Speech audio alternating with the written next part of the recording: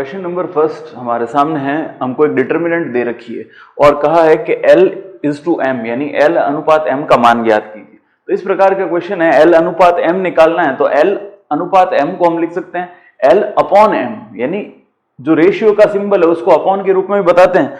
तो उससे हम इसको सॉल्व करते हैं। तो देखिए डिटर्मिनेंट सॉल्व करना है, यानी ये इससे मल्टीप्लाई होगा और ये वाला इससे मल्टीप्लाई, ठीक है, और दोनों के बीच में माइनस का निशान। तो डिटर्मिनेंट को सॉल्व करते हैं। इसके डेल्टा 2 क्रॉस 2 के डिटर्मिनेंट को सॉल्व करना है, यानी 3 multiplied by L minus 2 multiplied by M is equals to में हमारे पास क्या है 0। तो इसको एज इट इज रखा, यहां से इसको लिखते हैं वापस 3L minus 2M is equals to 0। अब अपन को L अपॉन M के रूप में लिखना है, ठीक है ना। तो L और M को दोनों को सेपरेट आउट करते हैं। यहां पे लिखा 3L, ये माइनस का 2M उधर जाके प्लस का हो गया 2M। अब M तो इसके अपॉन में आ जाएगा और 3 इधर चला जाएगा ताकि L इज टू M हमको मिल जाए। तो ये क्या M इधर लेके आता है, तो L तो एज इट इज और M अपॉन में आ गया। अब ये जो 3 था ये डिनोमिनेटर में क्रॉस मल्टीप्लाई 2/3, तो L इज टू M जो है वो किसके इक्वल हो गया 2:3 के इक्वल। ये हमारा फाइनल आंसर। अब बढ़ते हैं दूसरे क्वेश्चन की तरफ। दूसरा क्वेश्चन भी एक 3 क्रॉस 3 की हमको डिटर्मिनेंट दे रखी है। इसके उप सारणिक की यानी माइनर्स की वैल्यू फाइंड आउट करनी है, वो भी सेकंड रो यानी द्वितीय पंक्ति के सापेक्ष। तो मैंने बता रखा है किसी के भी सापेक्ष हम इसके कोफैक्टर और माइनर्स फाइंड आउट कर सकते हैं, डिटर्मिनेंट भी फाइंड आउट कर सकते हैं इसकी वैल्यू। अभी इसको माइनर्स यानी उप सारणिक का मान ज्ञात करना है दूसरी पंक्ति के सापेक्ष। दूसरी पंक्ति के अवयव कौन कौन से हैं 3, 6 और 5। ये हमने पिछली एक्सरसाइज में देख रखा था, फिर भी हम इसको देखते हैं। तो अपन क्या लिखेंगे 3 का माइनर यानी उप सारणिक 3 का, ऐसे लिखेंगे। इसमें जो पहला पॉइंट निकालना है वो 3 की उप सारणिक, 3 की उप सारणिक या माइनर ऑफ 3। अब ये एड्रेस कौन सा है इसका 2, 1, यानी रो तो है सेकंड और कॉलम कौन सा है पहला, तो इसका एड्रेस होगा 2, 1। तो इसको लिखेंगे क्या A21, हमको लिखना है A21। अब A21 यानी जब इस वाले के लिए हम उप सारणिक या माइनर की वैल्यू फाइंड आउट करेंगे तो उस पर्टिकुलर केस में हम ये तो कॉलम होगा और ये वाला क्या होगा रो, जिसको हम छुपा लेंगे। इसके अलावा जो भी चीजें बचती है उनको लिखते हैं, जैसे 3, 4, 8, 9। तो अब इसको डिटर्मिनेंट के रूप में लिखेंगे 3, 4, 8 और 9, ठीक है, बस सिंपल सा। अगर ये कहता है इसकी वैल्यू फाइंड आउट कर दो, हम वैल्यू भी कहते हैं। ये कहता है उप सारणिक को लिखो, तो हमने उप सारणिक के रूप में लिख दिया। अब दूसरा, अब क्या कह रहा है कि द्वितीय पंक्ति, तो पंक्ति में दूसरा एलिमेंट कौन सा है ये वाला, इस रो का दूसरा एलिमेंट 6। तो यहां लिखेंगे 6 की उप सारणिक, या डायरेक्ट हम ऐसा लिख सकते हैं A22 क्या होगा। अब इसको हम कॉलम ये लेंगे और इसको छोड़ देते हैं, ठीक है ना। तो ये वाला खत्म हुआ, तो क्या बचा 2, 4, 1, 9। तो यहां पे हम सीधा सीधा लिख देंगे 2, 4, 1 और 9। ये हो गई 6 के लिए उप सारणिक का मान। अब किसके लिए निकालना है 5 के लिए। तो 5 कौन सा एड्रेस पे है 2, 2 पे, 2, 3 पे। ये थर्ड क्या है इसका कॉलम है, तो A23 की वैल्यू निकालते हैं, ये थर्ड नंबर। तो जब इसको लेंगे तो एक तो ये तो रो और ये कॉलम, तो कॉलम भी हम कौन सा यूज में लेना है हमको ये वाला। तो इस कॉलम को लेते हैं तो क्या बच गया 2, 3, 1, 8। तो 2, 3, 1, 8 ये हमारे पास क्या हो गया इसका उप सारणिक या माइनर की वैल्यू। तो सिंपल वैल्यू अगर कहते हैं कि इसकी वैल्यू क्या होगी मान ज्ञात करो, तो हम इस प्रकार से इसको आगे सॉल्व कर दे 2 क्रॉस 2 के डिटर्मिनेंट से, वरना यही अपना फाइनल आंसर है। क्वेश्चन नंबर 3 हमको दे रखा है, एक डिटर्मिनेंट दिया और कहता है find out the value of this determinant, इस डिटर्मिनेंट का मान ज्ञात कीजिए। तो ये सिंपल डिटर्मिनेंट की तरह ही दे रखा है। अब चाहते हैं तो हम इसको नॉर्मल जैसे रो और कॉलम के रेस्पेक्ट में करते थे वैसे ही कर सकते हैं, बट यहाँ पे नंबर्स बड़े बड़े दे रखे हैं, जैसे 21 है, 20, 18, 19 इस प्रकार के नंबर है। तो इन नंबर्स को रिड्यूस करके हम फिर सॉल्व करेंगे। रिडक्शन के लिए इसके रो और कॉलम ऑपरेशंस का हम यूज लेंगे, तो उनको एक बार देखते हैं। जैसे इसको क्लियरली देख के शो पड़ रहा है कि जैसे 13 है, 14 है, 15 यानी एक एक इंक्रीज हो रहा है। तो अगर इसको इसमें से सब्ट्रैक्ट कर दें और इसको इसमें सब्ट्रैक्ट कर दें तो इसके तो अंदर थोड़ा सा रिडक्शन होगा। रिडक्शन होने से ये थोड़ी छोटी हो जाएगी, इनकी वैल्यूज और उनको करने में आसानी रहेगी। तो इसके अंदर इसको ऑपरेशंस को यूज लेते हैं। तो मैंने जैसे बता रखा है कि हर क्वेश्चन के अंदर उसके अकॉर्डिंग, क्वेश्चन के अकॉर्डिंग हमको रो और कॉलम के जो ऑपरेशंस हैं वो यूज करने पड़ेंगे। तो यहां पर सबसे पहले R2 के अंदर मैं ऑपरेशन लगाता हूं। R2 implies R2 minus R1, ठीक है। R2 में से R1 को सब्ट्रैक्ट करना है। दूसरा R3 implies R3 minus R2, R3 में से R2 को सब्ट्रैक्ट करते हैं। तो देखिए ये किस प्रकार डिटर्मिनेंट बनता है हमारे पास। तो जैसे पहला क्या था, R1 तो एज इट इज लिखा, तो हमने R1 को एज इट इज लिख दिया 13, 16 और 19।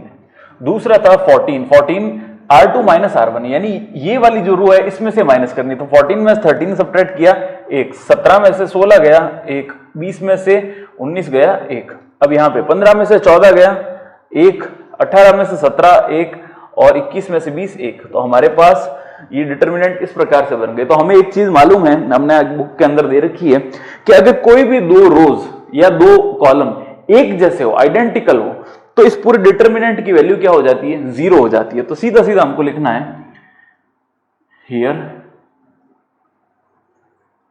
2 rows आर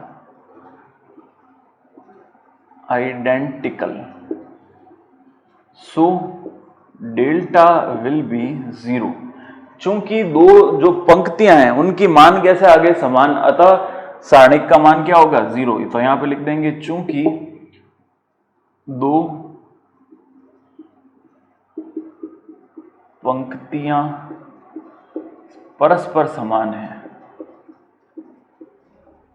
अतः डेल्टा इज इक्वल टू क्या आ जाएगा 0, ठीक है। तो ये इसका फाइनल आंसर है 0। कुछ बुक्स के अंदर इसकी वैल्यू 2 दे रखी है तो वो गलत है, आप इसकी आंसर जो है वो 0 ही आएगा। क्वेश्चन नंबर 4 दे रखा है कि प्रथम और तृतीय स्तंभ को अगर आपस में बदल दें तो उनके सारणिक के मान में क्या परिवर्तन आएगा। जैसे अगर इसको हम देखते हैं 1 0 2 2 0 3 0 1 2, ये तो एक सारणिक दे रखी है। अब ये कह रहा है प्रथम को तृतीय और तृतीय को प्रथम में बदल दें। तो अगर इसको इंटरचेंज करें यानी 2 3 2 0 0 1 और 1 2 0, अगर इस प्रकार चेंज कर दे यानी इसको इसमें और इसको इसमें बदल दें, ठीक है, तो इनके जो डिटर्मिनेंट की वैल्यू आएगी वो डिटर्मिनेंट की वैल्यू में क्या फर्क पड़ेगा। मान लीजिए इसकी डिटर्मिनेंट की वैल्यू डेल्टा है तो इसकी वैल्यू जो आएगी वो माइनस का डेल्टा आएगी। केवल यही लिखना है कि अगर हम स्तंभ यानी कॉलम को चेंज करते हैं तो इनकी जो वैल्यू है उसमें साइन का चेंज आएगा यानी चिन्ह बदल जाएगा। अगर धनात्मक उत्तर आ रहा होगा तो ऋणात्मक आएगा, अगर इसका मान पॉजिटिव आता है तो इसका नेगेटिव आएगा, अगर इसका नेगेटिव आ रहा है तो इसका मान कैसा आएगा, पॉजिटिव आएगा। तो बस इतना ही लिखेंगे, प्रथम स्तंभ या फर्स्ट कॉलम को थर्ड कॉलम में चेंज करने पर केवल साइन में यानी चिन्ह परिवर्तित होगा, ऋणात्मक मान होगा तो धनात्मक हो जाएगा, धनात्मक होगा तो ऋणात्मक हो जाएगा। क्वेश्चन नंबर 5 हमको दे रखा है डिटर्मिनेंट की वैल्यू है और ये प्रूफ करना है हमको x minus y, y minus z और z माइनस एक्स। तो मैंने बताया था कि इस प्रकार के जो क्वेश्चन है उनमें जो प्रूफ करना है उसके अकॉर्डिंग हमको ऑपरेशंस यूज लेने पड़ेंगे। तो यहां पर पहला हमको क्या चाहिए, x माइनस वाई। तो हम यहां पे देखते हैं, देखिए यहां पर अगर देखें तो 1 1 1 इसका तो हमको कोई लेना देना नहीं। यहां पर देखते हैं सेकंड वाले कॉलम के अंदर, यहां दोनों के अंदर z कॉमन आ रहा है, ठीक है, और यहां पर क्या है y और x, यहां पर हमको क्या चाहिए y और x चाहिए। तो सेकंड वाले कॉलम में अगर मैं ऊपर वाले रो और कॉलम में से सब्ट्रैक्ट करूं एक दूसरे को तो हमको y माइनस एक्स या x माइनस वाई इस प्रकार की कोई टर्म दिखेगी। फिर बात आती है y माइनस जेड की। तो y माइनस जेड देखो हमको यहां पे दिखाई दे रहा है, ये z और ये y, तो यहां पर एक दूसरे को सब्ट्रैक्ट करेंगे तो भी y माइनस जेड या z माइनस वाई हमको बनता हुआ दिखाई देगा। और तीसरी जो टर्म है वो है z माइनस एक्स। यहां पे देखो z और x कहां पे साथ में, तो ये देखिए यहां पे z और x यहां पे साथ में दिख रहे हैं, तो इनको भी अलग तरीके से हम करेंगे। अब वो कैसे करना है क्वेश्चन के ऊपर डिपेंड करता है। तो मैंने कहा थोड़े से अजीब से क्वेश्चन है, इसको कोई करने का पर्टिकुलर फॉर्मेट नहीं है, हमको क्वेश्चन बाय क्वेश्चन इनके टेक्निक्स को समझना पड़ेगा। तो मैं इसमें सबसे पहले क्या करता हूं, ऑपरेशन लगाते हैं। R1 जो है वो इस प्रकार से है कि R1 माइनस मुझे करना है R2, ठीक है, और दूसरा क्या था R2। तो R2 में हम क्या करेंगे, R2 में से मैं सब्ट्रैक्ट करूंगा R3 को, ठीक है, ये दो मैं यहां पे सॉल्व करता हूं। तो अब किस प्रकार रिड्यूस होगी? सबसे पहले R1 में से R2 को, यानी इसमें से इसको सब्ट्रैक्ट करना है, R1 में से R2 को। ठीक है, तो यहां पर क्या बना? 0। अब R1 के प्लेस पे क्या लिखना है? R1 में से R2 सब्ट्रैक्ट करना है, इसमें से ये घटाना है। तो Z तो दोनों में से कॉमन आ गया, तो मैं यहां पे Z को कॉमन लिख देता हूं। अंदर क्या टर्म बनेगी? y माइनस एक्स, यहां पे बना y माइनस का x। तीसरी टर्म देखिए y प्लस जेड माइनस, देखिए ये माइनस ये, तो z और माइनस z कैंसिल होगा, तो क्या बनेगा? y minus x. तो यहां पे लिख देंगे y माइनस एक्स। अब सेकंड वाले के R2 माइनस R3, R2 में से R3 को सब्ट्रैक्ट करेंगे तो 1 माइनस 1 क्या होगा? 0। यहां इसमें से ये सब्ट्रैक्ट करना, दोनों में से क्या कॉमन आएगा? x, तो यहां पे मैंने x कॉमन ले लिया। अंदर क्या बचा? z माइनस y, तो यहां बना z माइनस y। यहां पे इसमें से इसको सब्ट्रैक्ट किया तो x यहां दोनों में से कॉमन था, तो यहां माइनस लगेगा, तो x से x कैंसिल आउट हो जाएगा, बचेगा क्या? z minus y। ठीक है, और तीसरी ये वाले टर्म हम एज इट इज लिखते हैं, इसको 1xy और x प्लस y। ठीक है, अब देखिए ऊपर वाली पहली रो में से हमारे पास क्या कॉमन आ रहा है? यहां पे 0 है, यहां पे y माइनस एक्स और यहां पर भी y माइनस एक्स, तो फर्स्ट रो में से हम y माइनस एक्स को कॉमन ले लेते हैं। तो y माइनस एक्स को मैंने फर्स्ट रो के अंदर से कॉमन ले लिया।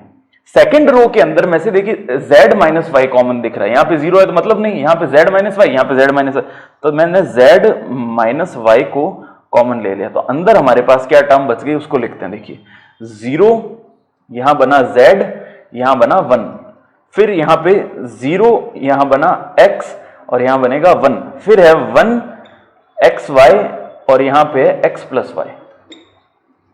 ठीक है, अब इज इक्वल्स टू में, ये तो हमको right hand side, left hand side हमने स्टार्ट की है, तो इसको एज इट इज रखते हैं। अब देखिए यहां पर हमारे पास क्या है? y माइनस एक्स, यहां पर क्या चाहिए? x माइनस वाई, तो मैं यहां से माइनस को कॉमन ले लेता हूं। तो जैसे ही माइनस को कॉमन लेंगे तो यहां पे तो आ जाएगा माइनस और यहां पे आ जाएगा प्लस, और ये माइनस कॉमन आ गया। यहां भी माइनस कॉमन ले लेते हैं क्योंकि y माइनस जेड चाहिए, तो ये तो हो जाएगा प्लस का और ये हो जाएगा माइनस। जैसे ही माइनस कॉमन लेंगे तो बाहर वाला माइनस किस में कन्वर्ट हो जाएगा? प्लस में से। अब ध्यान देने वाली बात है, तीसरा हमको क्या चाहिए? z minus x. तो z माइनस एक्स कहां से होगा? कि R1 माइनस मुझे क्या करना पड़ेगा? R2 को करना पड़ेगा। तो अब इसको करते हैं तीसरा, वापिस से R1 implies R1 minus R2, ये हम इसको रो ऑपरेशन यहां पर अप्लाई करते हैं। तो इसमें से इसको सब्ट्रैक्ट करेंगे तो देखिए पहला टर्म R1 माइनस R2, 0 में से 0 को सब्ट्रैक्ट करेंगे तो पहली टर्म हमारे पास क्या बनेगी? 0। दूसरा इसमें से ये सब्ट्रैक्ट करेंगे तो z माइनस एक्स क्या बनेगा? z minus x, first row के अंदर हमारे पास ये बनेगा। और 1 में से 1 को सब्ट्रैक्ट करेंगे तो क्या बनेगा? 0। तो ये भी टर्म क्या बन गई? 0। नीचे वाली दोनों टर्म्स को एज इट इज लिखेंगे, यहां पे 0x और 1, ये 0x और 1, यहां पे 1xy और x प्लस वाई, 1xy और x प्लस वाई। और बाहर की तरफ हमारे पास क्या था? एक तो ये था x माइनस वाई, तो मैं यहां पे लिखता हूं, ये थोड़ा इधर, x माइनस वाई। दूसरी टर्म क्या थी? y माइनस जेड, तो यहां लिखेंगे y माइनस जेड, और यहां से हम z माइनस एक्स को बाहर कॉमन ले लेते हैं। बाहर कॉमन आ गया z माइनस एक्स। ये कॉमन इसलिए आएगा क्योंकि यहां पे 0 0 है दोनों जगह पे, तो सिर्फ ये वाली टर्म कॉमन आ जाएगी। तो अब इसको तीसरे यहां पर जब कॉमन लेते हैं तो यहां पर क्या बन जाएगी? टर्म 1। ठीक है, अब ये डिटरमिनेंट हो गया। अब इस डिटरमिनेंट को सॉल्व करते हैं। तो डिटरमिनेंट को सॉल्व करने का मैंने तरीका बता रखा है कि जहां पे 0 दिखाई दे ज्यादा, उस रो या उस कॉलम के रेस्पेक्ट में हमको करना है। तो पहले कॉलम के अंदर ही हमको 2 0 दिखाई दे रहे हैं, तो इसका फर्स्ट कॉलम यानी प्रथम स्तंभ के सापेक्ष हम क्या करेंगे? डिटरमिनेंट की वैल्यू को फाइंड आउट करेंगे। तो ये लिखते हैं हम प्रथम स्तंभ के सापेक्ष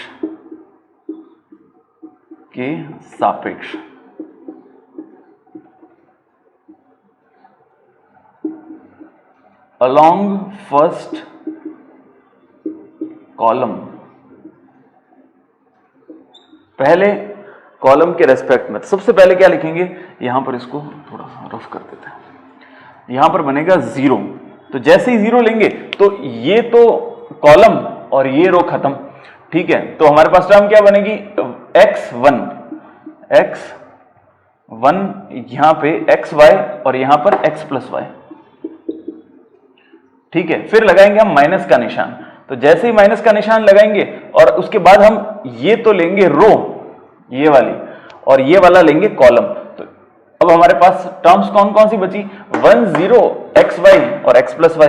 तो 1 0 xy और यहाँ पे x प्लस वाई, और मल्टीप्लाई किससे करना है इसको, 0 से। तीसरी प्लस का निशान, मैंने बता रखा है अल्टरनेट प्लस माइनस का यूज करना है, ठीक है। तो थर्ड टर्म हमारे पास क्या है, 1, तो यहां लिखते हैं 1। तो जब 1 लेंगे तो रो तो ये वाली लेंगे और कॉलम कौन सा लेंगे, ये वाला। तो बचा हुआ टर्म कौन कौन से है, 1 0 x1, तो यहां लिखेंगे 1 0 x और 1। अब इसको सॉल्व करते हैं। तो इसको सॉल्व करना बहुत ही आसान है, क्योंकि दो टर्म्स तो 0 के अंदर यूं ही खत्म हो जाएंगी। तो अल्टीमेट टर्म देखते हैं हमारे पास क्या बनती है। देखिए ये टर्म 0 से मल्टीप्लाई होकर 0 बना देगी, ये टर्म भी खत्म होकर 0 बन गई। अब ये टर्म, यानी इसको इससे मल्टीप्लाई करना है, ठीक है। 1 को 1 से, बाहर हमारे पास पड़ा है 1, अंदर मैंने 1 को 1 से मल्टीप्लाई किया, 1 multiplied by 1 minus x multiplied by 0, बस। तो x मल्टीप्लाइड बाय 0 यानी 0 हो गया, 1 मल्टीप्लाइड बाय 1 यानी 1। तो 1 को किससे मल्टीप्लाई करेंगे, 1 से। 0 की कोई वैल्यू नहीं है, तो आंसर कितना आएगा, 1। और बाहर हमारे पास क्या, ये तो मैंने क्या डिटरमिनेंट इसको सॉल्व किया, और मेरे यहां पर बाहर क्या चीज पड़ी है, ये तीनों। तो ये तीनों इसके मल्टीप्लाई में लिख देंगे साथ में। ये तो मैंने किसको अलग से सॉल्व किया है, डिटरमिनेंट को सॉल्व किया है। बाहर मल्टीप्लाई में ये चीज है, तो ये साथ में मल्टीप्लाई होंगी, इसको यहाँ पे साथ में लिखते रहना। इस जगह पे ये एज इट इज यहां लिखना है, फिर यहां भी लिखना है, और फाइनल आंसर में जब इसको मल्टीप्लाई करेंगे तो 1 के साथ ये चीजें लिख देंगे, x minus y, y minus z और z माइनस एक्स। तो बस ये 1 से मल्टीप्लाई हुआ तो एक ही बात यही मिलेगा।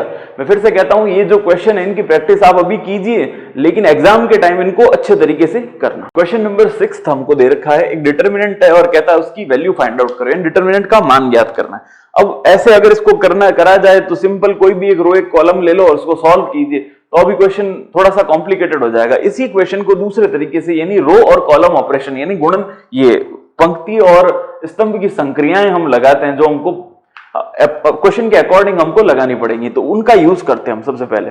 तो देखने पर इस क्वेश्चन को अच्छे से अगर देखें तो इस रो के अंदर कुछ कॉमन दिखाई देता है, ए, यहां पे कॉमन दिखाई देता है बी, और यहां पे कॉमन दिखाई देता है सी। दो तरीके से इस क्वेश्चन को देखते हैं। अगर मैं यहां से ए कॉमन लेता हूं तो अंदर बचेगा बी स्क्वायर, यहां बचेगा सी स्क्वायर। यहां से बी कॉमन लेता हूं तो ए स्क्वायर सी स्क्वायर, और यहां से सी कॉमन लेता हूं तो ए स्क्वायर बी स्क्वायर। स्क्वायर की टर्म बचती है। अब दूसरे व्यू पॉइंट से हम इसको देखते हैं। अगर मैं कॉलम में से कुछ कॉमन देखता हूं तो ए स्क्वायर वाली टर्म कॉमन आ जाती है, दूसरे कॉलम में से बी स्क्वायर और तीसरे कॉलम में से सी स्क्वायर। यानी कॉलम वाइज अगर हम इसमें से कॉमन लेने की कोशिश करें तो हमारे लिए क्वेश्चन थोड़ा इजी बन जाता है। तो इसको हम कॉलम वाइज इन चीजों को लेते हैं। तो पहले कॉलम में से मैंने ए स्क्वायर को कॉमन लिया, तो यहां पे ए स्क्वायर कॉमन आया। दूसरा जो कॉलम था इसमें से मैंने बी स्क्वायर को कॉमन लिया, तो यहां पे बी स्क्वायर कॉमन आ गया। और तीसरा जो कॉलम था उसमें से मैंने सी स्क्वायर को कॉमन ले लिया। तो अंदर जो टर्म बची वो क्या है, बी और सी। सबसे पहले 0, यहां पे बी और यहां पे सी। अब दूसरा कॉलम, दूसरे कॉलम के अंदर हमारे पास क्या है, ए और सी। तो यहां पे a, यहां पे 0 और यहां पे c। तीसरे के अंदर c स्क्वायर जब मैं कॉमन लेता हूं तो मेरे पास a और b की टर्म मिलती है, तो मैं यहां लिखता हूं a और यहां लिखता हूं b, ये बन गया 0। अब देखिए, अब इसको अगर सॉल्व करें तो भी हो जाएगा, बट एक और सहूलियत, एक और आसान हो गया क्वेश्चन। कैसे कि फर्स्ट रो जो है उसमें से a कॉमन आता हुआ दिखाई दे रहा है मेरे को, और यहां पर 0 है तो कोई वैल्यू रखता नहीं है 0, इसलिए आसानी से कॉमन आ जाएगा। दूसरी रो के अंदर यानी यहां पर केवल एक 0 है और दो हमारे पास क्या है, b, तो इन दोनों में से मैं b को बाहर कॉमन ले लेता हूं। और यहां पर क्या है, c, तो यहां से भी c को मैं कॉमन ले लेता हूं, यानी यहां से a, यहां से b और यहां से c कॉमन आ जाएगा। तो बाहर हमारे पास ऑलरेडी क्या पड़ा है, ए स्क्वायर बी स्क्वायर और सी स्क्वायर। और हमने क्या कॉमन ले लिया, यहां से तो ले लिया a, यहां से ले लिया b और यहां से ले लिया c, ठीक है ना। तो अब यहां पर क्या बचा, 0 1 1, यहां पे क्या बचा 1 0 1, यहां पे बचा 1 1 और 0। अब इनको आपस में मल्टीप्लाई कर दें तो a को a से करेंगे तो क्या बनेगा, a क्यूब। इसी प्लेस पे लिख देता हूं, इस a को a से किया तो यहां बन गया a क्यूब, b को b स्क्वायर से किया तो यहां क्या बन गया b क्यूब, c को c से किया तो क्या बन गया c क्यूब। तो यहां पे a क्यूब b क्यूब और c क्यूब। अब हमारे पास सिंपलेस्ट फॉर्म ऑफ इक्वेशन हो गया। हम चाहे तो इसको भी आप फर्दर सॉल्व कर सकते हैं, यानी रो को कॉलम और कॉलम को, ये सॉरी, सेकेंड रो को थर्ड रो के अंदर हम कुछ ऑपरेशंस करके यहाँ पे जीरो बना के फिर उसको भी सॉल्व कर सकते हैं, इसको भी डिटरमिनेंट की हेल्प से सॉल्व कर दीजिए, जैसे भी आपकी इच्छा हो। अब क्योंकि इजीएस्ट फॉर्म हो गया और हमको सिर्फ वैल्यू फाइंड आउट करने को बोला है, अगर प्रूफ करने का बोलते तो हम और संक्रियाएं या और ऑपरेशंस लगाते, बट इसको सिंपलेस्ट फॉर्म में यूं ही कर देते हैं। पहले इस पहली रो के सापेक्ष हम इसको करते हैं, तो हम लिखेंगे इसको एक्सपांडिंग अलोंग फर्स्ट रो, या हिंदी में इसको लिखेंगे प्रथम पंक्ति के सापेक्ष इसका विस्तार करने पर या मान ज्ञात करने पर। तो सबसे पहले यहां पर क्या है, जीरो है, तो जीरो लिखेंगे और मल्टीप्लाई करना। देखिए जीरो लिखा तो ये तो कॉलम गया और ये रो गई, तो हमारे पास क्या बचा, 0 1 1 0 0 1 1 0।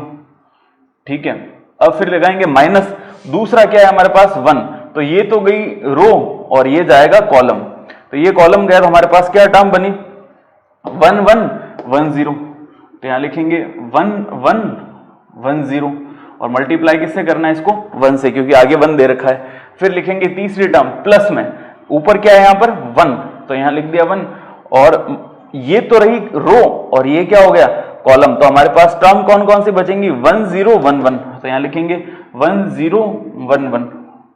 ठीक है, इतना सा है। अब जीरो से इस पूरे को मल्टीप्लाई करेंगे तो हमेशा जीरो ही बनेगा, तो यहां पर हमने लिख दिया 0, माइनस में इनको मल्टीप्लाई करेंगे, देखिए 1 को 0 से मल्टीप्लाई किया तो क्या बना 0, तो ये बन गया 0, फिर लगाया माइनस का निशान, 1 into 1 कितना होगा 1 ही होगा।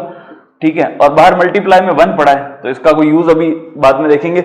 अब यहां पर क्या है, 1 को 1 से मल्टीप्लाई किया तो क्या बना 1, तो प्लस में बाहर 1 लिखा हुआ था उसको एज इट इज लिख दिया, 1 को 1 से मल्टीप्लाई किया तो बना 1, 1 को 0 से यानी माइनस का 0। अब देखिए माइनस का 1 और प्लस माइनस का 1 आपस में मल्टीप्लाई होकर क्या बनाएंगे प्लस का 1, तो यहां पे आ गया प्लस का 1, और 1 को 1 से मल्टीप्लाई किया तो क्या बना 1, तो 1 और 1 कितना हो गया 2, तो ये हमारी इसकी फाइनल वैल्यू आ गई 1 और 1 2 की।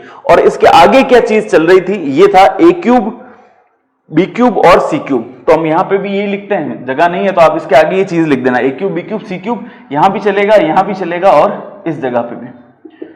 तो 2 को मल्टीप्लाई करेंगे तो साथ में क्या आएगा 2 a क्यूब बी क्यूब और सी क्यूब, इसको साथ साथ लिखना है, जैसे मैंने यहां पर तो कॉमन लेके लिख दिया था, फिर इसको अलग से सॉल्व किया, इसके आगे ये चीज हमको हमेशा लिखनी है, इस स्टेप में भी यहां पे भी यहां पे भी, और इसको जब फाइनल इसको 2 से मल्टीप्लाई करेंगे तो 2 a क्यूब बी क्यूब और सी क्यूब हमारा फाइनल आंसर होगा। क्वेश्चन नंबर 7 हमको दे रखा है, एक डिटर्मिनेंट दे रखी है 3 क्रॉस 3 की, जिसमें बहुत सारी वैल्यूज है, जिसमें x 2x और 3x की वैल्यूज है।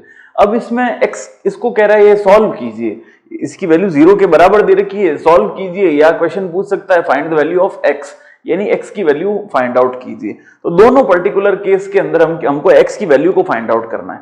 तो अब यहां पर गौर से देखें तो 2 4 यानी कितने का गैप है, 2 से मल्टीप्लाई किया या 2 का गैप, यहां पर मल्टीप्लाई करना है 3 से, या 6 का गैप, यहां पे मल्टीप्लाई करना है 4 से, या ये 12 ये 8 का गैप। ठीक है ना, तो अब ऐसा कोई रिलेशन नहीं दिख रहा कि हम कौन सी रो का ऑपरेशन लगाए कौन सा कॉलम ऑपरेशन लगाए, बट यहां पर एक चीज दिखाई दे रही है कि अगर मैं इसको इसमें से सब्ट्रैक्ट कर दूं तो x का जमेला खत्म हो जाएगा, इसको इसमें से करने पर 2x का जमेला खत्म, और यहां से यहां करने पर 3x की ये जो भी है वैल्यू ये हमको रिड्यूस हो जाएंगी, तो क्वेश्चन इजी पड़ेगा। तो इसके लिए हम क्या करते हैं, देखिए सबसे पहले r1 के अंदर चेंज करते हैं, r1 implies that r1 minus r2, सबसे पहले तो ये लगाएंगे और फिर इसको इसमें सब्ट्रैक्ट करते हैं, r2 को क्या बनाएंगे r2 माइनस r3। ठीक है, ये दो ऑपरेशन हम रो वाले इसमें अप्लाई करते हैं। देखिए तो हमारे पास क्या टर्म बनेगी, सबसे पहले r1 को चेंज करते हैं, r1 माइनस r2, तो r1 माइनस r2 यानी इसमें से ये सब्ट्रैक्ट करेंगे तो x में से x गया, सबसे पहले क्या बचेगा, ये लिखा हमने x माइनस 2 माइनस का x और माइनस का 4, तो ये बन जाएगा प्लस का 4, तो x से x कटा, 4 में से 2 सब्ट्रैक्ट हुआ तो क्या बचेगा केवल 2, तो हम यहां पे लिखेंगे 2, यहां पे इसमें से ये सब्ट्रैक्ट करेंगे तो 2x से 2x तो कैंसिल होगा, तो माइनस का 3 और प्लस का 9, तो क्या बनाएगा प्लस का 6, यहां पे बनेगा 6, और r1 में से r2 को सब्ट्रैक्ट करेंगे तो 3x में से 3x गया, माइनस का 4 प्लस का 16, तो 16 और 4, यहां पे लिखेंगे जैसे 3x से 3x तो कैंसिल आउट हो गया, यहां पर बचेगा क्या 12, माइनस का 4 और प्लस का 16। अब दूसरा वाला, दूसरे में क्या करना है, R2 माइनस R3, R2 के प्लेस पे क्या लिखना, R2 माइनस R3। तो यहां से x तो कैंसिल होगा, अब यहां पर माइनस का निशान आएगा तो माइनस का 8 किस में बदल जाएगा, प्लस के 8 में। तो प्लस का 8 माइनस का 4, तो क्या बनेगा यहां पर 4। यहां पे इसमें से ये टर्म सब्ट्रैक्ट करेंगे तो यहां आएगा माइनस, ये हो जाएगा प्लस, तो 2x से 2x तो कैंसिल होगा। 27 में से हमको क्या घटाना है, 9 घटाना। 27 में से 10 घटाया 17 और 1 18, तो यहां पर क्या बचेगा प्लस का 18। ठीक है, अब ये टर्म यहां 3x में से 3x को मैंने सब्ट्रैक्ट किया, ये हो जाएगा, अब क्योंकि माइनस निशान लगाएंगे यहां पे तो ये हो जाएगा प्लस का, तो 3x से 3x कैंसिल आउट हुआ, तो 64 में से हमको सब्ट्रैक्ट करना है माइनस का 16, तो 16 में से 10 गया तो हमारे पास 54 में से 5 50 और 2 48, तो यहां पर हमारे पास क्या टर्म बनेगी 48। अब थर्ड वाली रो को एज इट इज लिखते हैं, x माइनस 8, यहां पे लिखा 2x माइनस 27 और यहां पे आएगा 3x माइनस का 64 इज इक्वल्स टू क्या चल रहा है 0। देखिए वापस से देखते हैं हमने किया क्या, R1 यानी इस पहली रो के जगह पे हमने क्या लिखा R1 माइनस R2, इसमें से ये घटा के वापस इसी जगह पे लिख दिया हमने, इसमें से ये घटाया और इसी जगह पे लिख दिया, इसमें से ये घटाया और इसकी जगह पे वापस लिख दिया, तो इस प्रकार से सॉल्व किया तो ये वैल्यू आई। अब देखते हैं फर्स्ट रो और फर्स्ट कॉलम में से हमारे पास कुछ कॉमन आ रहा है, तो इस वाली रो में से हमारे पास 2 कॉमन आता है, तो मैं 2 यहां बाहर कॉमन लिख देता हूं। सेकेंड वाली रो, इसमें भी हमारे पास क्या कॉमन आएगा, सिर्फ 2 ही कॉमन आएगा, तो इसको लिखते हैं। देखिए सबसे पहले यहां पर क्या बना 1, यहां पर क्या बनेगा 3, यहां पर क्या बनेगा 6, 2 कॉमन लेने पर यानी 2 कॉमन लिया तो बाहर 1 3 और 6 बनेगा, यहां 2 कॉमन लेंगे तो बनेगा 2, कॉमन लेंगे तो बनेगा 9 और कॉमन लेंगे तो यहां पे 2 और 4। नीचे वाले टर्म्स को एज इट इज लिखते हैं एक बार, x माइनस 8, यहां बनेगा 2x माइनस का 27 और थर्ड टर्म बनेगी 3x माइनस का 64 इज इक्वल्स टू 0। अब यहां पर इसके अंदर ये जो टर्म दे रखी है इसको एज इट इज रख के सॉल्व किया जा सकता है। अगर इसको थोड़ा सा और हम रिड्यूस करना चाहें तो हम ये कर सकते हैं कि ये जो एलिमेंट है यहां पर हम क्या बना देते हैं, इसको 0 बनाएंगे। कैसे, तो इसको ऐसे देखते हैं, R2 को हम इंप्लाई करेंगे R2 माइनस 2R1, यानी ये जो R2 है इसमें से हमको सब्ट्रैक्ट करना है इस वाले को 2 से गुणा करके। देखिए क्या लिखा, R2 माइनस 2R1, तो R2 माइनस का 2 से मल्टीप्लाई करके R1 में से सब्ट्रैक्ट करेंगे। तो देखिए सबसे पहले हमारे पास जो डिटर्मिनेंट की वैल्यू बनती है ये बाहर 2 क्रॉस 2 यानी क्या बन गया 4, तो यहां तो बन गया 4। फर्स्ट टर्म हमारी एज इट इज लिखेंगे, R1 में कोई छेड़छाड़ नहीं करनी, तो ये क्या बनेगा 1 3 और 6। यहां पर देखिए 2, सबसे पहले R2 लिखना है हमको, R2 तो ये तो value 2 minus twice of R1, तो R1 को 2 से गुणा करेंगे तो 2 माइनस 2 कितना होगा 0। अब यहां पर 9 माइनस 3 दूनी 6, तो 9 में से 3 को सब्ट्रैक्ट किया तो क्या बना, 9 में से 6 को सब्ट्रैक्ट किया तो क्या बचा 3। अब यहां पर 24 को किससे मल्टीप्लाई करना है 6 इंटू 2 यानी 12, तो 24 को 12 में सब्ट्रैक्ट करेंगे तो बनेगा 12। तो यहां पर बाकी वाले टर्म्स को एज इट इज लिखेंगे, x माइनस 8, ये आया x माइनस 8, यहां पे बनेगा 2x माइनस 27, 2x माइनस का 27, ठीक है। और तीसरी टर्म बनेगी 3x माइनस 64, 3x माइनस का 64, ये हमारे पास 3 टर्म्स बन गई। अब हमको क्या करना पड़ेगा, अब अल्टीमेटली इसको सॉल्व ही करना पड़ेगा, तो हम पहले कॉलम के रेस्पेक्ट में करेंगे ताकि हमारे पास एक 0 बना रहे। 0 बनने से क्या होगा, एक टर्म हमारी रिड्यूस हो जाएगी। तो बाहर तो 4 एज इट इज लिखेंगे, अंदर क्या बना, सबसे पहले कॉलम के रेस्पेक्ट में, तो पहला तो 1, इसको ऐसे एक ब्रैकेट के अंदर लिख देते हैं, ये 1, जैसे ही 1 को लेंगे तो ये और ये तो खत्म हो गया, तो क्या बचा, यहां पर एक डिटर्मिनेंट के अंदर लिखते हैं 3 और 2x माइनस का 27, यहां पर बनेगा 12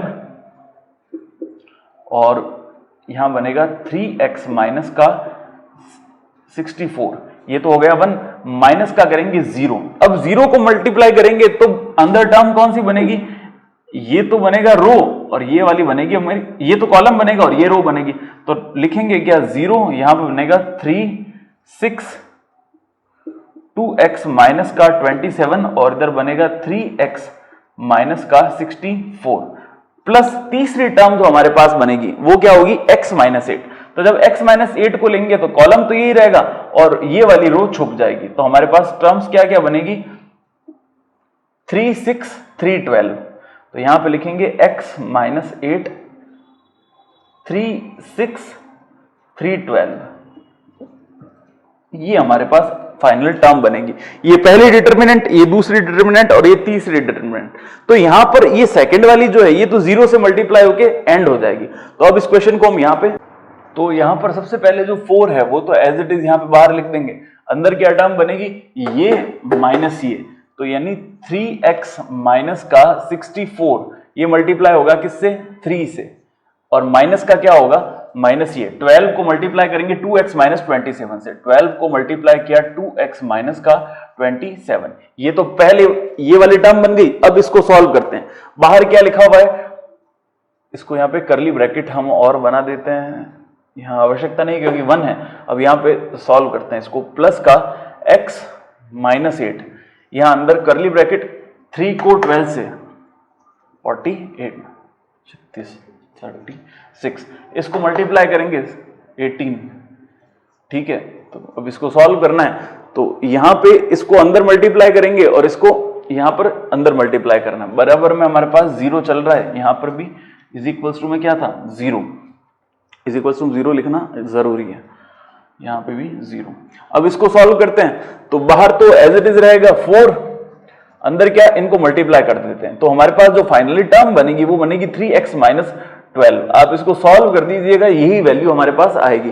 तो इसको सॉल्व करने पर इज इक्वल्स टू में क्या पड़ा है 0, तो यहां से ये जो 4 है ये 0 के अंदर चला जाएगा, तो अंदर टर्म क्या बनेगी 3x minus 12 is equals to 0। तो 3x इज इक्वल्स टू क्या हो जाएगा 12, तो x की वैल्यू कितनी आएगी 4, और यही हमारा फाइनल आंसर होगा। आप इसको एक बार सॉल्व कीजिएगा, यही वैल्यू आए नहीं आए तो आप कमेंट में वापस मेरे को मेंशन कीजिएगा कि सर ये मिस्टेक हो रही है। इसको सॉल्व करेंगे तो x की वैल्यू हमें 4 मिलेगी। तो हर क्वेश्चन का अलग मेथड, तो अच्छे ढंग से इसको समझ के कीजिएगा। क्वेश्चन नंबर 8 था, तो वो तो टिपिकल क्वेश्चन है, उसके अंदर दे रखा है कि भाई बिना डिटर्मिनेंट की वैल्यू फाइंड आउट किए हुए आप सीधा सिर्फ रो कॉलम ऑपरेशंस यानी पंक्ति और स्तंभ के अंदर जो गुणधर्म लगाना है उसके सहायता से इसको सॉल्व करना है। तो मैंने इसको पहले नोट डाउन कर लिया, आप भी मैं यहाँ पे समझाता हूँ उसके बाद नोट डाउन कर लीजिएगा। पहला लिखा है पंक्तियों और स्तंभों को परस्पर बदलने पर, यानी डेल्टा 1 ये थी, ये डेल्टा 2 थी और ये डेल्टा 3 थी। इनको इसमें सबसे पहले मैंने डेल्टा 1 के अंदर पंक्तियों और स्तंभों को परस्पर बदल दिया, यानी रो और कॉलम को इंटरचेंज कर दिया। तो रो और कॉलम को इंटरचेंज किया तो देखिए जैसे ABC था वो इस तरफ आ गया, जो XYZ ये पंक्ति थी तो इसको स्तंभ यानी कॉलम के अंदर लिख दिया, और तीसरी जो पंक्ति या रो थी उसको कॉलम के अंदर हमने लिख दिया, इंटरचेंज कर दिया। फिर हमने ऑपरेशन लगाया इसमें C2 और C1 को एक दूसरे से इंटरचेंज किया, ये इंटरचेंज का सिंबल है, दोनों तरफ एरो।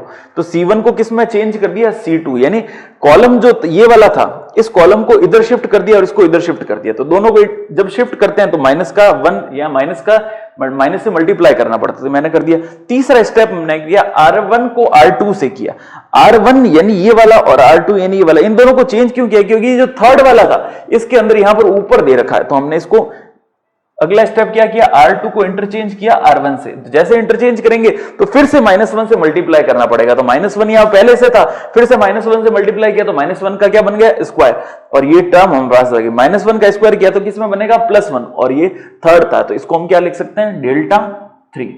तो ये पर्टिकुलर ऐसा क्वेश्चन है जो हमको आउटपुट देख के पता करना पड़ेंगे, यानी डेल्टा 1 हमने फाइंड आउट कर लिया और आंसर को देख के पता करेंगे क्या क्या इसमें ऑपरेशन लगाने। कोई फिक्स मेथड नहीं है इसको करने का, इसको जितना ज्यादा प्रैक्टिस करेंगे उतना ज्यादा ये क्वेश्चन हमसे इजीली सॉल्व होंगे। अब हमको क्या करना है, ये डेल 3 तो हमने डेल 1 जो है वो डेल 3 के बराबर प्रूफ कर दिया। अब हमको क्या करना है, इन दोनों को डेल 2 के बराबर प्रूफ करना है, तो वो दूसरा पार्ट है वो मैं आपको करके बताता हूं।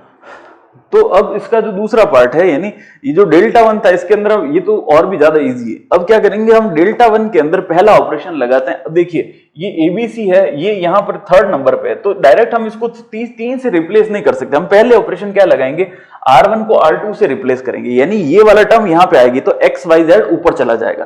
तो ये जो पूरी टर्म थी ये तो ऊपर आ गई और ये नीचे आ गई, तो हमने यहां तक पहुंच गए। अब क्या करना है, ABC जो है वो थर्ड पोजीशन पे है और PQR जो है, जो सबसे यहाँ पे थर्ड पे था, वो सेकंड पोजीशन पे, यानी रो 2 जो थी वो रो 3 बन गई, और रो 3 रो 2 के अंदर हमने ये ऑपरेशन लगा देंगे कि रो 2 को रो 3 में इंटरचेंज करेंगे और रो 3 को रो 2 के अंदर। तो फर्स्ट वाली तो एज इट इज रहेगी, जो सेकंड वाली थी वो थर्ड में चली जाएगी, और जो थर्ड वाली थी वो सेकंड में चली जाएगी, और यही हमको ये सेकंड वाला डेल्टा 2 की वैल्यू प्रूफ करनी थी। तो हमने क्या प्रूफ कर दिया कि डेल्टा 1 जो था वो डेल्टा 3 के इक्विवेलेंट भी है, और डेल्टा 2 जो है वो डेल्टा 1 के इक्विवेलेंट भी है।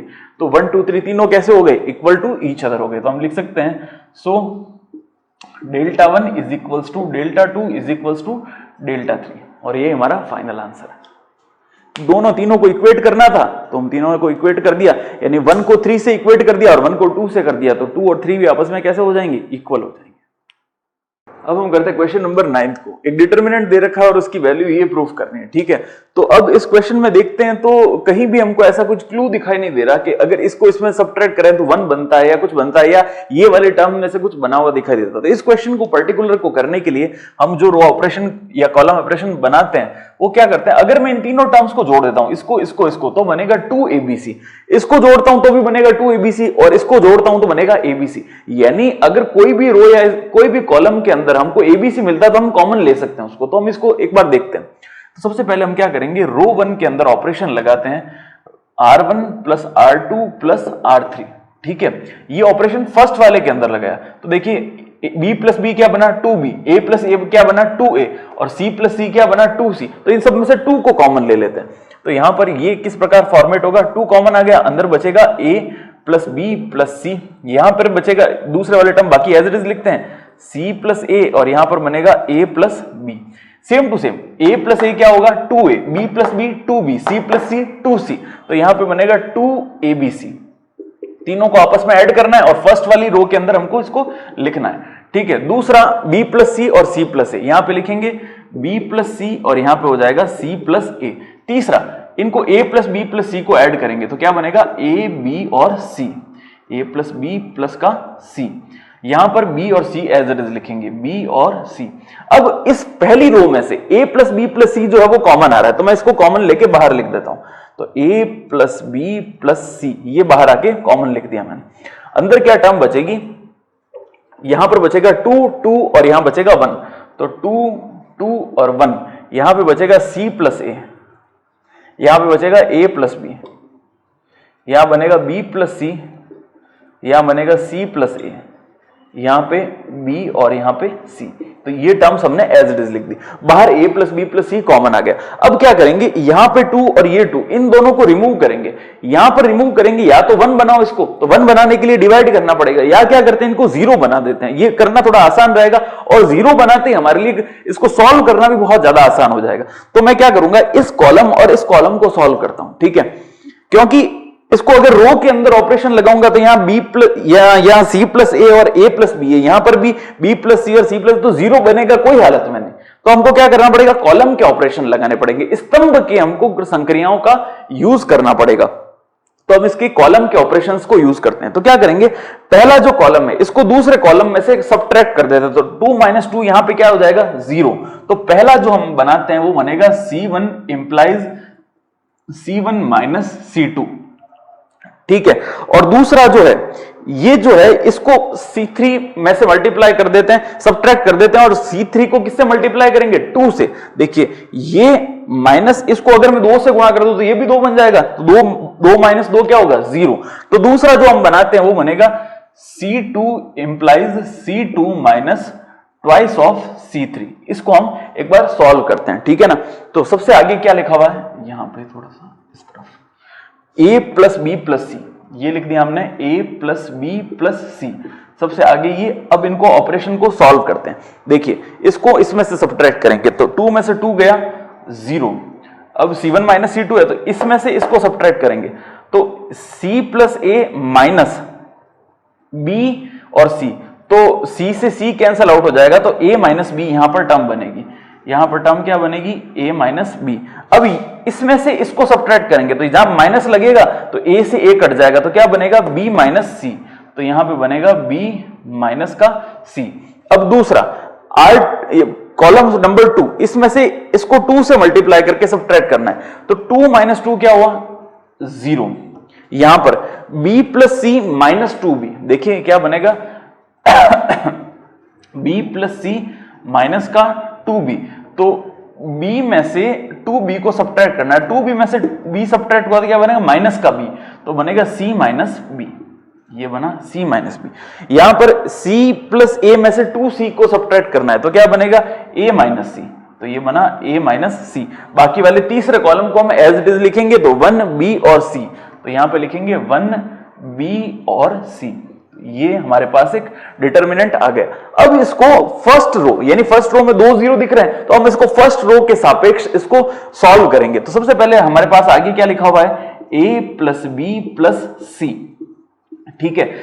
अब इसको 0 और इसको अंदर जैसे 0 को लेंगे तो ये तो कॉलम और ये रो हमको लेनी पड़ेगी, तो ये पूरी टर्म इसको 0 से मल्टीप्लाई करेंगे तो डायरेक्ट इसको क्या लिख सकते हैं 0, फिर लगाएंगे माइनस का निशान, फिर ये तो लेंगे 0, तो ये तो रो रहेगी और कॉलम कौन सा बनेगा हमारे पास, ये वाला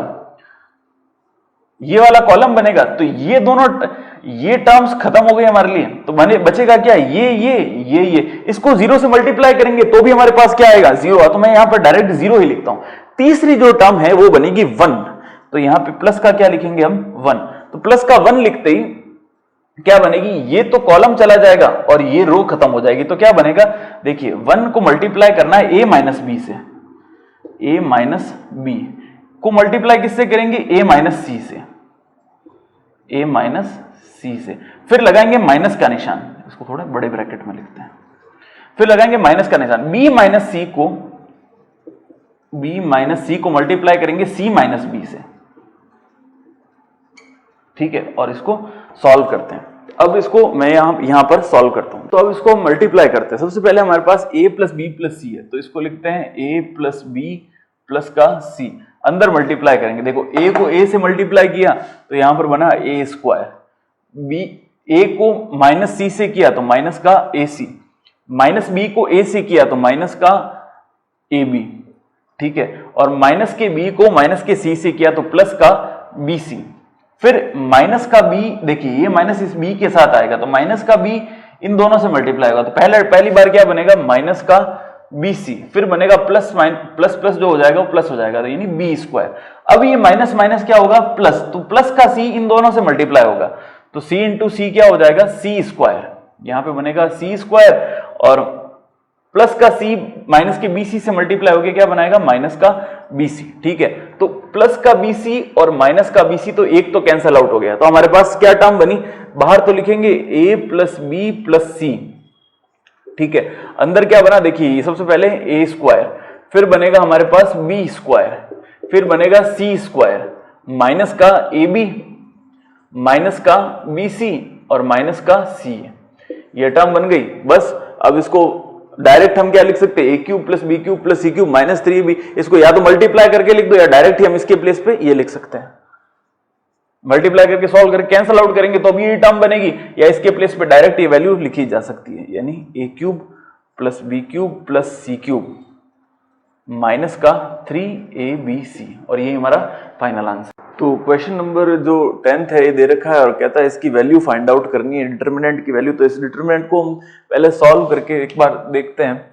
जैसे इसको लिखा तो ये 1 2 2 जा 4 3 3 जा 9, 2 2 जा 4 3 3 जा 9, 4 4 जा 16, यहाँ पे भी 9 16 और 25, ठीक है। अब इसको एक्सपांड करना है, तो फिर से वही बात आ गई कि बड़ी बड़ी नंबर्स हैं 16 20, और इसको कैसे करेंगे, तो हम क्या करते हैं इसको रिडक्शन करते हैं, यानी इसको थोड़ा कम करके लिखते हैं। तो यहां पर अगर 0 1 ऐसा कुछ बने तो हम उसको थोड़ा इजीली सॉल्व कर सकते हैं। तो इसके लिए हम क्या करेंगे, कुछ ऑपरेशंस हम बनाते हैं, ठीक है। कैसे करेंगे, जैसे यहां पर दे रखा है 1, यहां पे दे रखा है 4, यहां पे दे रखा है 9, तो अगर यहां पे और यहां पे मैं 0 बना सकता हूं तो पॉसिबिलिटी है, क्योंकि अगर इसको मैं 4 से गुणा करता हूं तो ये बनेगा 4, और इसको इसमें सब्ट्रैक्ट कर दूं, इसको 9 से करूं और इसमें सब्ट्रैक्ट कर दूं तो भी 0 बनेगा। तो हम क्या लिखेंगे कि इसमें कॉलम ऑपरेशंस लगाते हैं। तो कॉलम नंबर जो 2 है ये वाला, column number 2 implies C2 minus 4 of C1, और C3 इंप्लाइज ये जो है ये बनेगा C3 माइनस 9 ऑफ C1, ठीक है। ये दो हम ऑपरेशंस इसके अंदर लगाते हैं। तो इस प्रकार से इक्वेशन क्या बनेगी, पहला कॉलम तो एज इट इज 1, 4 और 9, दूसरे कॉलम के अंदर देखिए C2 माइनस 4C1, तो इसको 4 से मल्टीप्लाई करके इसमें सब्ट्रैक्ट करेंगे, 4 माइनस 4 क्या बनेगा, 0 बनेगा। इसमें से ये 4 से मल्टीप्लाई करके माइनस करेंगे तो 4 चौक 16, तो 9 में से हमको क्या घटाना है, 16 घटाना है, तो कितना बचेगा, ये बचेगा 7 माइनस का, ठीक है। और 16 में से हमको घटाना है, इसको मल्टीप्लाई करेंगे किससे, 4 से, 9 चौक 36, यानी इधर लिखेंगे 16 माइनस का 36, तो कितना बचेगा इसमें से, माइनस का 20, तो यहां पे हम लिख देंगे माइनस का 20। अब थर्ड वाले कॉलम को हमको सब्ट्रैक्ट करना है, यानी C3 माइनस 9C1, इस पहले कॉलम को 9 से गुणा करके थर्ड वाले कॉलम में से सब्ट्रैक्ट करना है, तो 9 में से 9 सब्ट्रैक्ट होगा तो कितना बचेगा, 0। 16 में से हम करेंगे 9 इंटू C1, 9 चौक 36, फिर से वही बात, 16 में से 36 को करेंगे तो बचेगा माइनस का 20, और 25 में से हमको सब्ट्रैक्ट करना है 9 को 9 से मल्टीप्लाई करके, तो 25 माइनस 9 9 जा 81, तो 81, 25 में से हमको क्या सब्ट्रैक्ट करना है, 81, तो यहां पे लिखते हैं 25 माइनस का 81, यहां पे बनेगा माइनस का 56, इनको इसमें सब्ट्रैक्ट करेंगे तो माइनस का 56। अब ये टर्म बन गई, यानी इस डिटरमिनेंट को सॉल्व करना है, तो इस डिटरमिनेंट को सॉल्व करने का तरीका क्या, कि यहां पर 2 0 दिखाई दे रहे हैं, तो पहली रो के सापेक्ष इसको हम इसका मान ज्ञात करते हैं, तो हम लिखेंगे इसको एक्सपांडिंग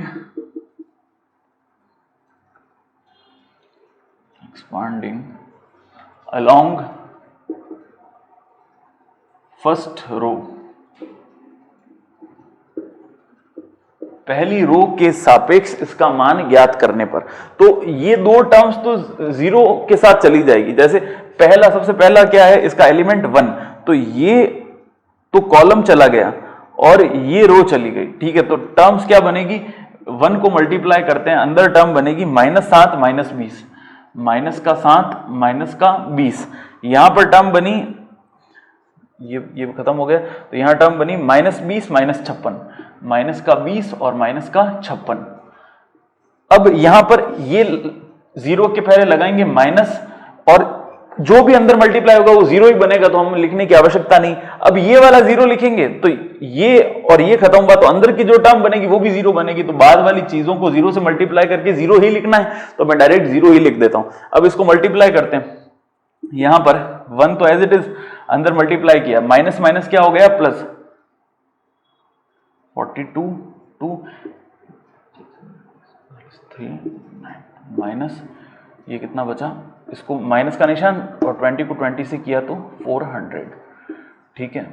तो ये भी निशान जब लगाएंगे तो माइनस माइनस हो जाएगा प्लस का, फिर लगाया माइनस का निशान, इन दोनों को मल्टीप्लाई किया तो माइनस माइनस हो गया प्लस, और 400, तो 400 में से 392 को सब्ट्रैक्ट करेंगे तो बचेगा माइनस का 8, माइनस के 8 को 1 से मल्टीप्लाई किया तो आंसर आया माइनस का 8, तो माइनस का 8 इस डिटरमिनेंट की वैल्यू। क्वेश्चन नंबर 11 हमको दे रखा है, जिसके अंदर ये डिटरमिनेंट में ओमेगा, ओमेगा स्क्वायर और ये सारी वैल्यूज दे रखी है। ये 11th क्लास में हमने पढ़ा था।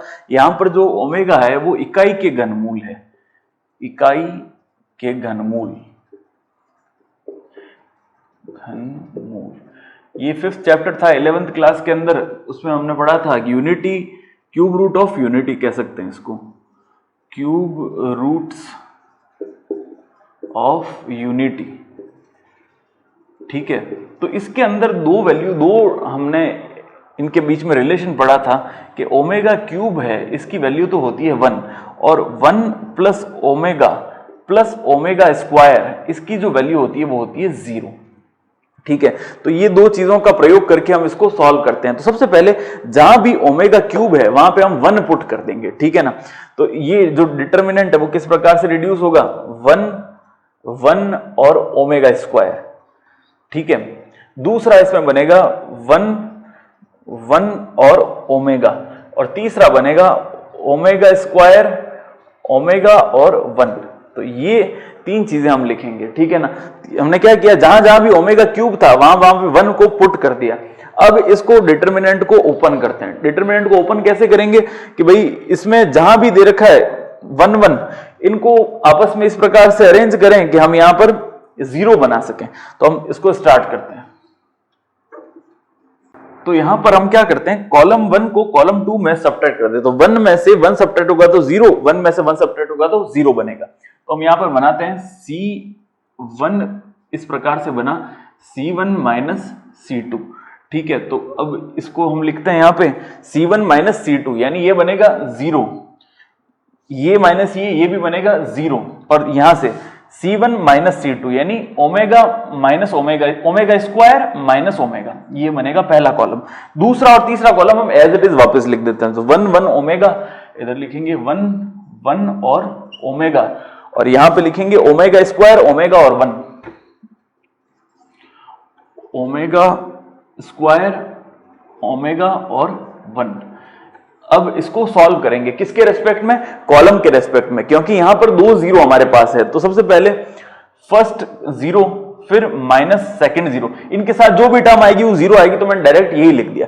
तीसरी टर्म मेरे पास क्या बनेगी, वो बनेगी प्लस का ओमेगा स्क्वायर माइनस का ओमेगा। अब मल्टीप्लाई करना है किससे, देखिए तो ये लेंगे तो ये तो कॉलम और ये वाली रो खत्म हो जाएगी, तो बचेगा क्या 1 1, यहां बचेगा ओमेगा स्क्वायर और यहां बचेगा ओमेगा।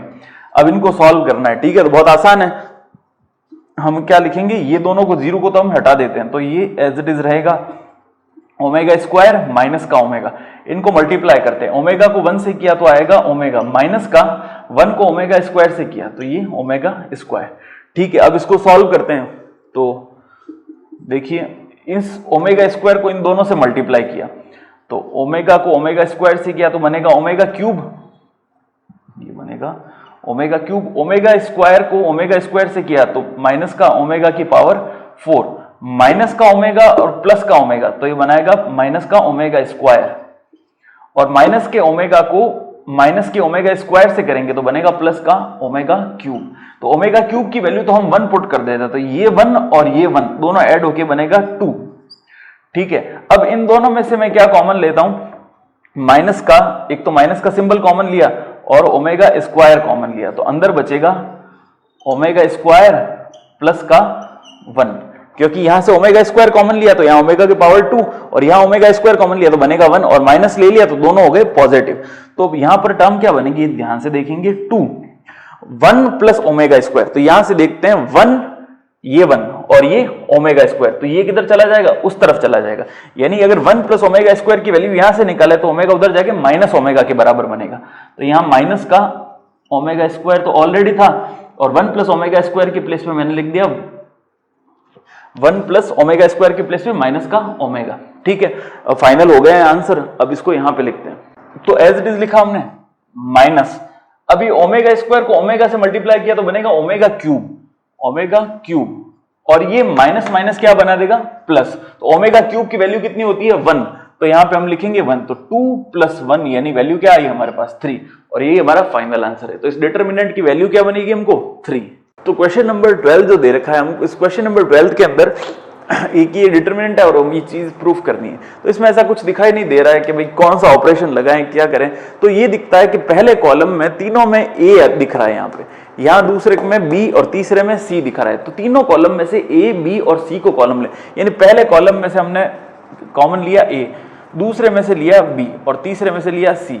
तो जब इसमें से ए को कॉमन लेंगे तो बनेगा ए, यहाँ पे बनेगा ए प्लस बी और यहाँ पे बनेगा केवल बी, ठीक है। इसमें से मैंने कॉमन लिया बी को, तो अंदर बनेगा सी, यहाँ बनेगा बी और यहाँ बनेगा बी कॉमन लेने पर बी प्लस सी, ठीक है। तीसरा इसमें से कॉमन लेंगे हम सी, तो बनेगा ए प्लस सी, यहाँ पर बनेगा सी कॉमन आने पर ए, यहाँ पर बनेगा सी, ठीक है।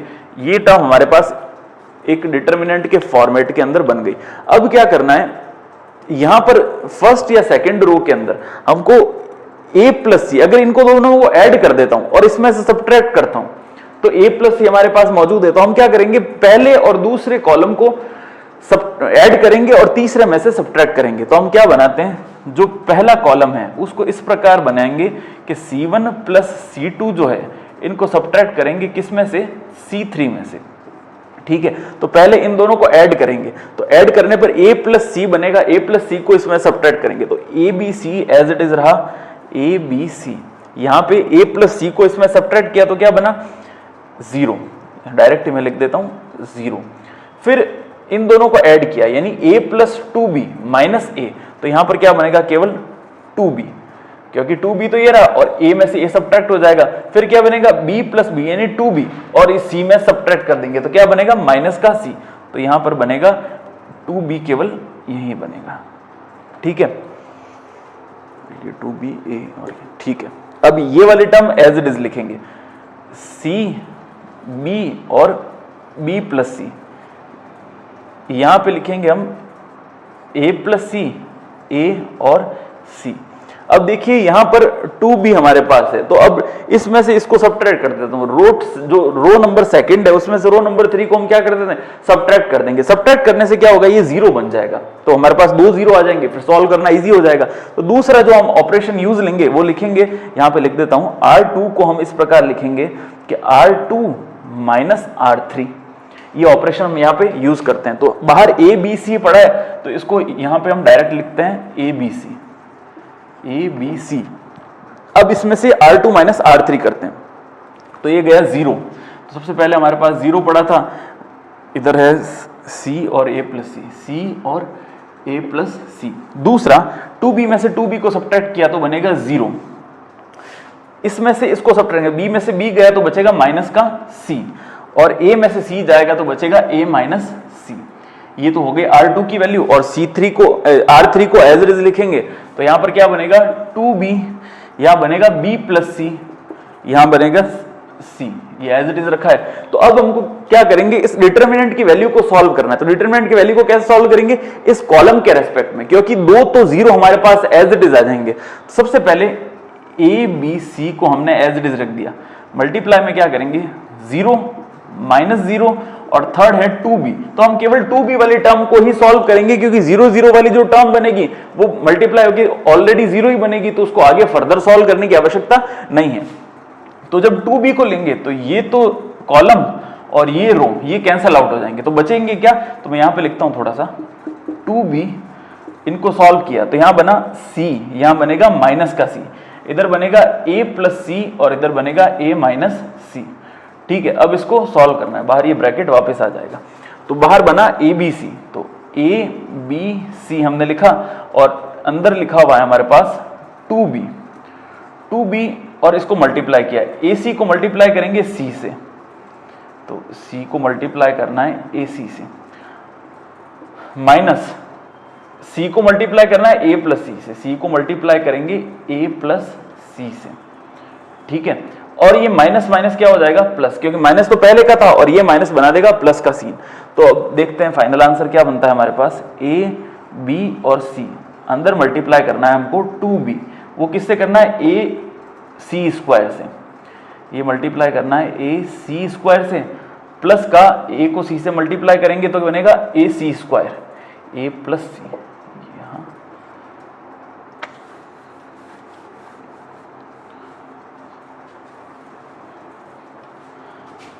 अब इसको यहां मल्टीप्लाई करते हैं, बाहर रखेंगे ए बी सी को, ए बी सी, अंदर क्या टर्म बनेगी देखिए, ये 2b तो एज इट इज रहेगा, 2b को एज इट इज रखते हैं, अंदर मल्टीप्लाई करते हैं c को इन से, तो c को a से किया तो ac और c को c से किया तो c स्क्वायर। अब लगाएंगे माइनस का निशान, तो ये लगा दिया माइनस का निशान, माइनस का c a से मल्टीप्लाई होगा तो माइनस का ac और पहले से माइनस है तो बन जाएगा प्लस का। ठीक है, अब माइनस का निशान तो लगा हुआ ही था, या इसको एक बार ऐसे माइनस लगा के सॉल्व करते हैं। ठीक है, अंदर इसको फिर से सॉल्व करते हैं छोटे ब्रैकेट की हेल्प से, या शिट, बाहर है ABC तो हमने ABC को एज इट इज लिख दिया, अंदर क्या मल्टीप्लाई करेंगे 2b को एज इट इज लिखा, 2b लिख दिया। अब इनको मल्टीप्लाई करते हैं, ब्रैकेट बनाया एक करली, यानी c को AC से मल्टीप्लाई करना है तो यह बनेगा AC, c को माइनस इससे करेंगे तो बनेगा माइनस का c स्क्वायर, फिर लगाएंगे माइनस का निशान, फिर ब्रैकेट, इस माइनस के c को इन दोनों से तो बनेगा माइनस का AC और माइनस प्लस माइनस का c स्क्वायर। ठीक है, अब बस इसको सॉल्व करते हैं, बाहर क्या पड़ा है ABC, फिर यहाँ पे है 2b। अब देखिए इसको सॉल्व करते हैं अंदर, तो यहाँ AC माइनस का सी स्क्वायर माइनस अंदर मल्टीप्लाई होगा तो माइनस माइनस होगा प्लस का ए सी और ये प्लस का सी स्क्वायर,